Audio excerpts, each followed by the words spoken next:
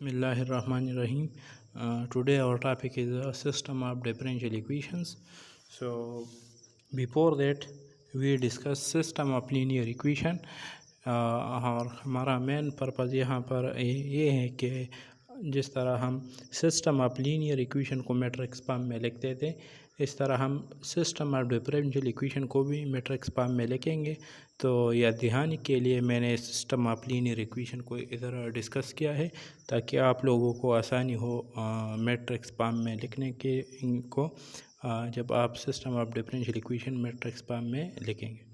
तो system of linear equation ये है, हमारे पास सिस्टम है system of linear equation with in unknown हमारे पास क्या है x1 x2 x3 up to xn, और ये हमारे पास n इक्वेशन है। तो सिस्टम ऑफ लीनियर इक्वेशन को मैट्रिक्स फॉर्म में लिखने का तरीका ये था कि हम एक मैट्रिक्स बनाएंगे जिसको हम कोफिशिएंट मैट्रिक्स कहते हैं। इसमें हम x1 x2 वगैरह सब की कोफिशिएंट लिखेंगे। फिर जो हमारे अननोन वेरिएबल है, मतलब वो x1 x2 x3 up to xn, इसको हम कॉलम फॉर्म में लिखेंगे। और राइट साइड पर जो प्री कांस्टेंट हो तो उसको हम कॉलम की फॉर्म में लिखेंगे। तो ये था सिस्टम ऑफ लीनियर इक्वेशन को मैट्रिक्स फॉर्म में लिखने का तरीका। फिर हम इसको नाम देते हैं, जो कोफिशिएंट मैट्रिक्स है इसको हम कैपिटल ए से रिप्रेजेंट करते हैं। जो अननोन का मैट्रिक्स है x1 x2 up to xn का, इसको हम कैपिटल X से, और जो राइट साइड पर प्री कांस्टेंट होंगे उसको हम कैपिटल B से रिप्रेजेंट करते हैं। अगर ये सारे कांस्टेंट प्री कांस्टेंट ज़ीरो हो जाए तो फिर इस सिस्टम को हम होमोजीनियस सिस्टम कहेंगे।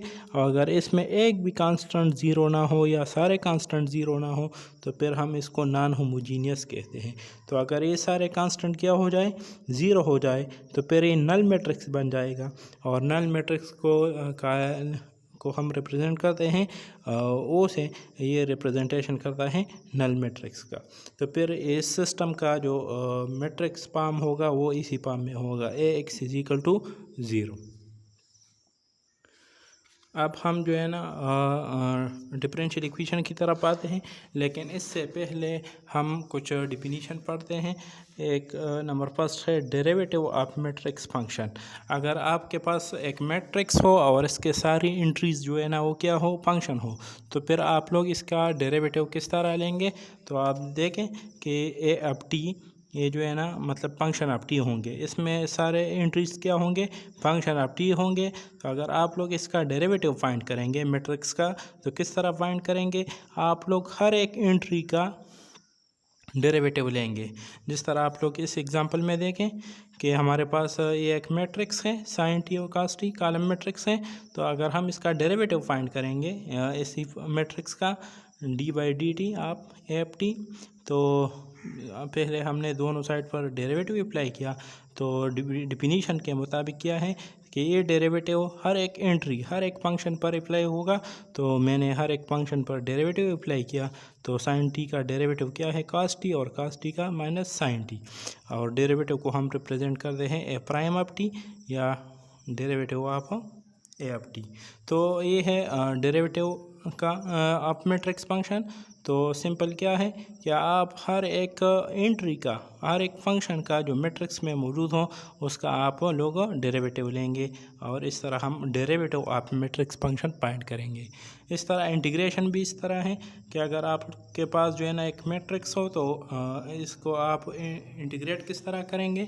तो इंटीग्रेशन का तरीका ये है कि आप हर एक एंट्री का इंटीग्रेशन लेंगे, बशर्ते ये है कि फंक्शन कंटिन्यूस हो। इंटीग्रेशन के लिए जो लाजमी ये है कि फंक्शन कंटिन्यूस हो, तब हम इंटीग्रेशन फाइंड कर सकते हैं। तो इस तरह आप लोग इस एग्जांपल में देखें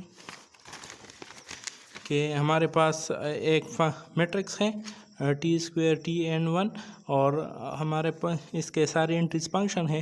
तो अगर हम इसका इंटीग्रेशन फाइंड करेंगे तो इंटीग्रेशन फाइंड करने का तरीका क्या है कि पहले मैंने दोनों साइड पर इंटीग्रेशन अप्लाई किया, फिर डिफिनीशन के मुताबिक ये इंटीग्रल साइन जो है ना वो हर एक फंक्शन पर अप्लाई होगा। तो T² का इंटीग्रेशन क्या है, T³/3, टी का T²/2, N1 का integration with respect to T क्या है, वो टी है।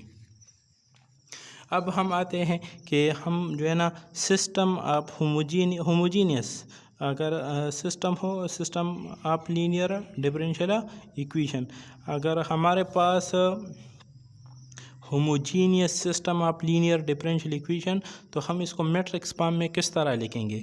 आप लोग पहले चेक करें कि आप लोग किस तरह पहचानेंगे कि ये सिस्टम होमोजीनियस है या ये सिस्टम होमोजीनियस नहीं है। तो इधर हमारे पास जो इंडिपेंडेंट वेरिएबल है टी, अगर आप लोग के पास इधर कोई फंक्शन मौजूद हो, function of T, function of independent variable, या कोई प्री कांस्टेंट मौजूद हो, तो फिर हम इसी सिस्टम को कहेंगे नॉन होमोजीनियस। फिर हम इसको नॉन होमोजीनियस, अगर इस इधर फंक्शन ऑफ टी हो, परस करे टी हो, या कोई प्री कांस्टेंट हो, तो फिर ये सिस्टम जो है ना क्या होगा, नॉन होमोजीनियस होगा। लेकिन अगर कोई फ्री कांस्टेंट भी ना हो और फंक्शन ऑफ इंडिपेंडेंट वेरिएबल मौजूद ना हो, तो फिर हम इस सिस्टम को कहेंगे होमोजीनियस सिस्टम ऑफ, अगर ये लीनियर हो तो लीनियर डिफरेंशियल इक्वेशन।